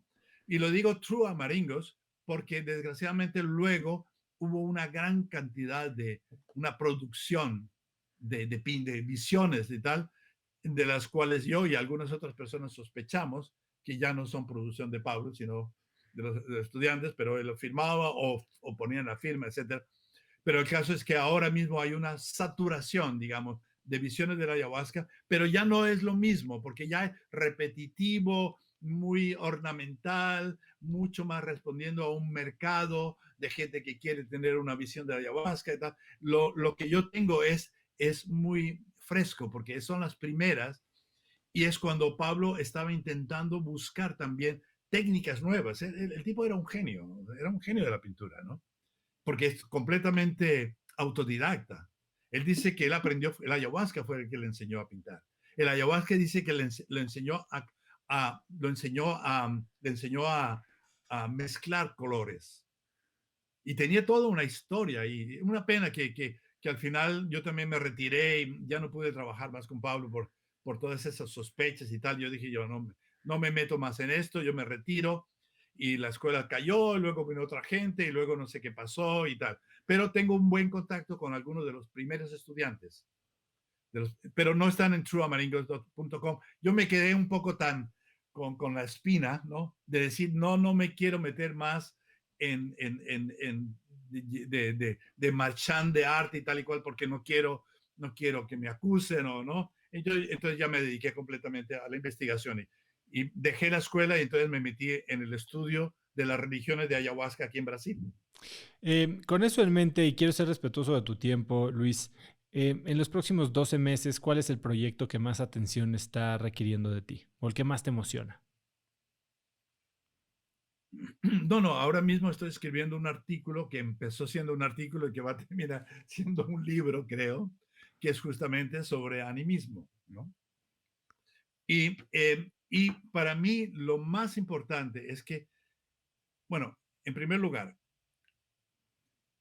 tenemos el fenómeno horrible de la antropocena, estamos, ¿no? Que cada vez más urgente, lo vemos a diario, los incendios, las inundaciones, ¿no? Es decir, lo que ya venían hablando hace 30 años de que esto podría suceder, está sucediendo. Y además sabemos que va a ser peor y peor y peor. Es decir, esto ya es de alguna manera irreversible. Algo podemos hacer, algo podemos hacer y es urgente que lo hagamos, y yo intento hacerlo con mi propia vida privada, ¿no? De plantar, ¿no? Pero la cosa está muy mal. Entonces, la pregunta era, ¿de dónde surgió esto? ¿Cómo es que llegamos a esta situación tan terrible? ¿Dónde está el origen de todo esto, no? Claro, el origen del antropoceno, algunos dicen, bueno, pues esto ya está en el origen mismo estaría en el descubrimiento de la agricultura, la domesticación de las plantas. Ya hace 10.000 años, pues ya se empezó a un desarrollo, digamos, de alguna manera también de separación de la naturaleza, se crean estructuras de poder, se crean jerarquías. Si produces grano, lo puedes acumular, ahí aparecen las jerarquías, los jefes, tal, las clases sociales, etcétera, etcétera. Algunos lo ven allí de eso. Bueno, eso es una teoría, puede ser que haya algo muy interesante, pero no. Hay, ahora están los que lo ponen mucho más acá, lo ponen en 1950, lo que llaman la gran aceleración. Incluso de los años hubo un extraordinario exposición en Río de Janeiro, lo que llaman el Museo del Mañana, Museo do Amanhã, ¿no? Donde, sobre el antropoceno, ahí se concentran en la otra visión, que es a partir de 1950, ¿no? ¿no? Que es la aceleración de todo, la aceleración de uso de recursos, ¿no? La cantidad de dióxido de carbono empieza a dispararse, la polución, la sobrepoblación, etcétera, ¿no? El fenómeno de globalización, acumulación de objetos, aumento de basura, etcétera, etcétera, ¿no? Que claramente desde 1950 hasta ahora es muy evidente. Incluso hace poco vi un mapa de Borneo, de cómo estaba Borneo en 1950 y cómo va pasando por la deforestación, que incluye no solamente la pérdida de las plantas, sino también de los animales, ¿no? Los orangutanes, que son nuestros parientes próximos, y están desapareciendo, etcétera, ¿no? Entonces, es muy... Ahora bien, yo estaba pensando en todo esto. De repente encontré un libro ahora no recuerdo dónde está, que es otra reflexión sobre el antropoceno y coloca el comienzo del antropoceno en 1610. Ahora, ¿qué pasó en 1610?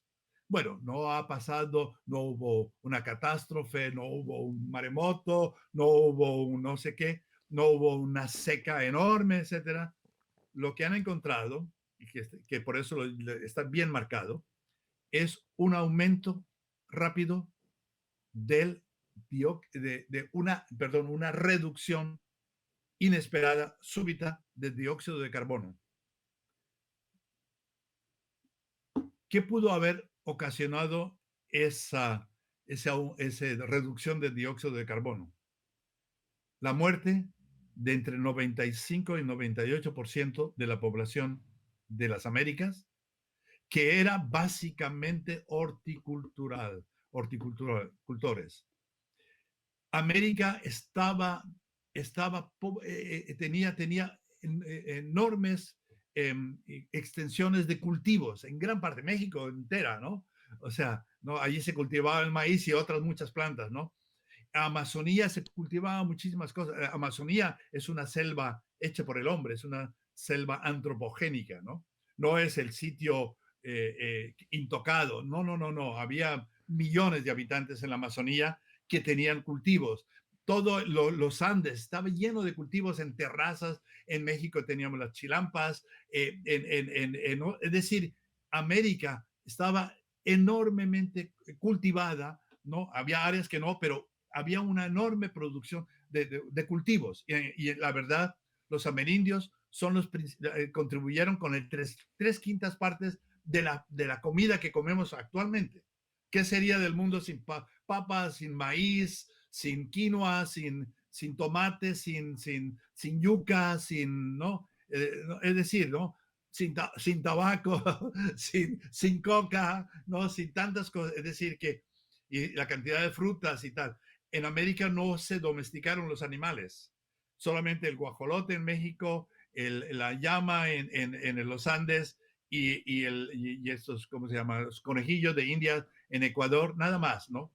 Había unos perros también, algunos, ¿no? Chihuahuas y tal, pero no había. Lo que hubo en Eurasia fue justamente la gran domesticación de animales que se trajeron aquí a Europa, a América, y que cambiaron toda la biosfera americana, fue completamente alterada por los animales que llegaron, por las enfermedades que llegaron y por el 95-98% de la población amerindia que desapareció en 150 años. ¿Qué pasó con los cultivos? Los bosques volvieron. Los bosques que habían sido talados para el cultivo en las Américas, los bosques volvieron de tal manera que cuando llegaron en el siglo XVIII los franceses y los ingleses a Norteamérica, pensaron que estaban en un bosques primigenios, bosques intocados. No, eran bosques que habían regresado porque se habían abandonado los cultivos. Entonces hubo ahí todos esos árboles, digamos, chuparon, digamos, gran parte de dióxido de carbono y bajó la temperatura. Y se nota perfectamente en la Antártica, donde se hacen perforaciones, donde se toma el hielo, pueden ver perfectamente los niveles de oxígeno, de dióxido de carbono, y llegaron a esa 1610. En otras palabras, el descubrimiento de América es absolutamente fundamental en la situación que tenemos ahora. Porque lo que tenemos, además de una otra biota encima de este continente, es una cuestión ideológica. Porque vinieron las monoculturas. Los indígenas siempre cultivaban, ¿no? Lo que llamaban en México las Tres Marías, ¿no? Donde se cultiva al mismo tiempo el frijol, la calabaza y el maíz, ¿no? Donde hay pluricultivos que son mucho más ricos porque tienes toda una microbiota mucho más rica, mucho más productivos, etcétera. Y vino esa mentalidad de monocultura donde se tira todo y al final, ¿no? Se ponen sustancias químicas, etcétera. Entonces lo que tenemos es, y por un lado, el pensamiento animista, que es diverso y está ligado con la naturaleza amerindio, con una estructura de pensamiento monoteísta, cristiana, ¿no? Influenciada, como decía, volviendo otra vez a la filosofía, mucho por el platonismo, las ideas puras, las sustancias puras, ¿no? El individuo, ¿no? Y no esa relación, ¿no? Es decir, yo veo que aquí, ahí tenemos, ¿no? Y gracias a la conquista de América, claro, los países europeos, Europa era apenas una península de Eurasia, donde las grandes culturas estaban en Oriente Medio, ¿no? Era en Bagdad, ¿no? Alejandría, era, ¿no? El Oriente, las riquezas de Oriente, que los europeos eran muy pobres en ese sentido, ¿no? Ellos siempre pensaban en las riquezas de Oriente, por eso se descubrió América, ¿Y de cuándo, buscar las riquezas del Oriente. ¿y cuándo esperas sacar Sí. el libro? Uh, hay que hacer hay mucha investigación por hacer, porque cada libro que leo me lleva a 4 o 5 libros que tengo que entender. Entonces, esto no sé si va a terminar algún día, ¿no? Pues, Pero digamos que estoy en un proceso de aprendizaje, simplemente, de entender cómo es que estamos aquí, dónde estamos, por qué estamos aquí, simplemente. Y todo unido, ¿no? y Luis, antes de cerrar, una pregunta que le hago a todos mis invitados. Si pudieras escribir un mensaje en el cielo para que millones de personas lo vieran, ¿qué diría?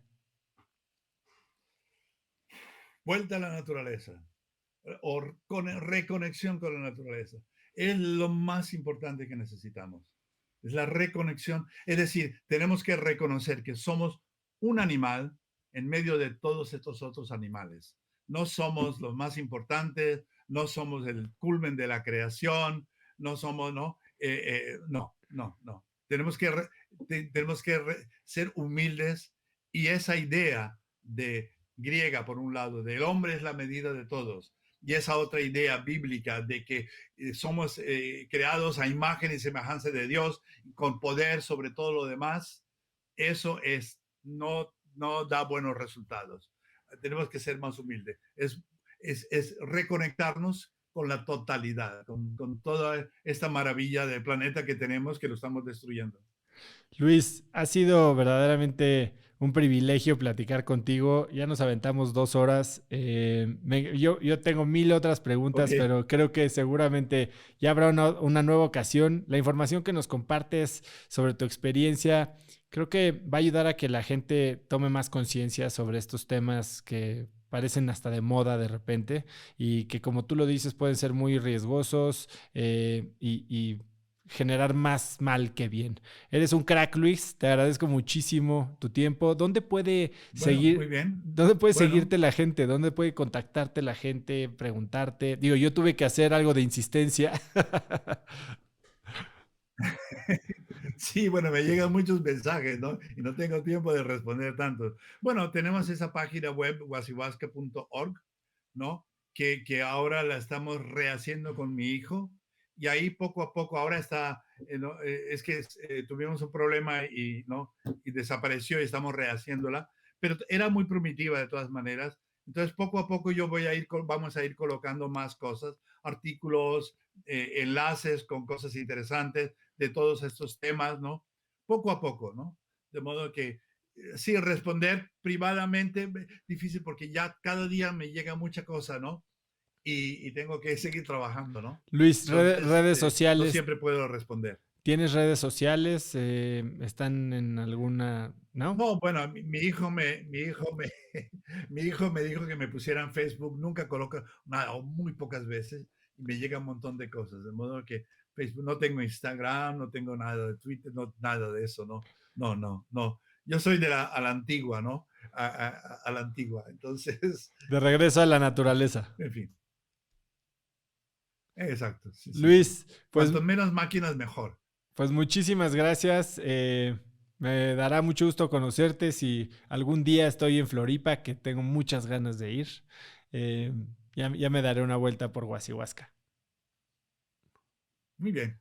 Bueno, ok, pues Gracias, bienvenido Luis. entonces. Creo que vale mucho la pena educarnos en este tipo de tecnologías de expansión de la mente, pues así como pueden ser transformadoras, no vienen sin riesgo, así que cuidado. Si te gustó el episodio, compártelo con alguien usando el link cracks.la/138.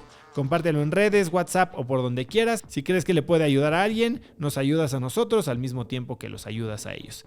También sigue Cracks Podcast en Spotify o suscríbete en iTunes y califícanos ahí con 5 estrellas para que más gente nos encuentre. Y no olvides que puedes ver el video de esta y más de 100 entrevistas más en youtube.com/crackspodcast.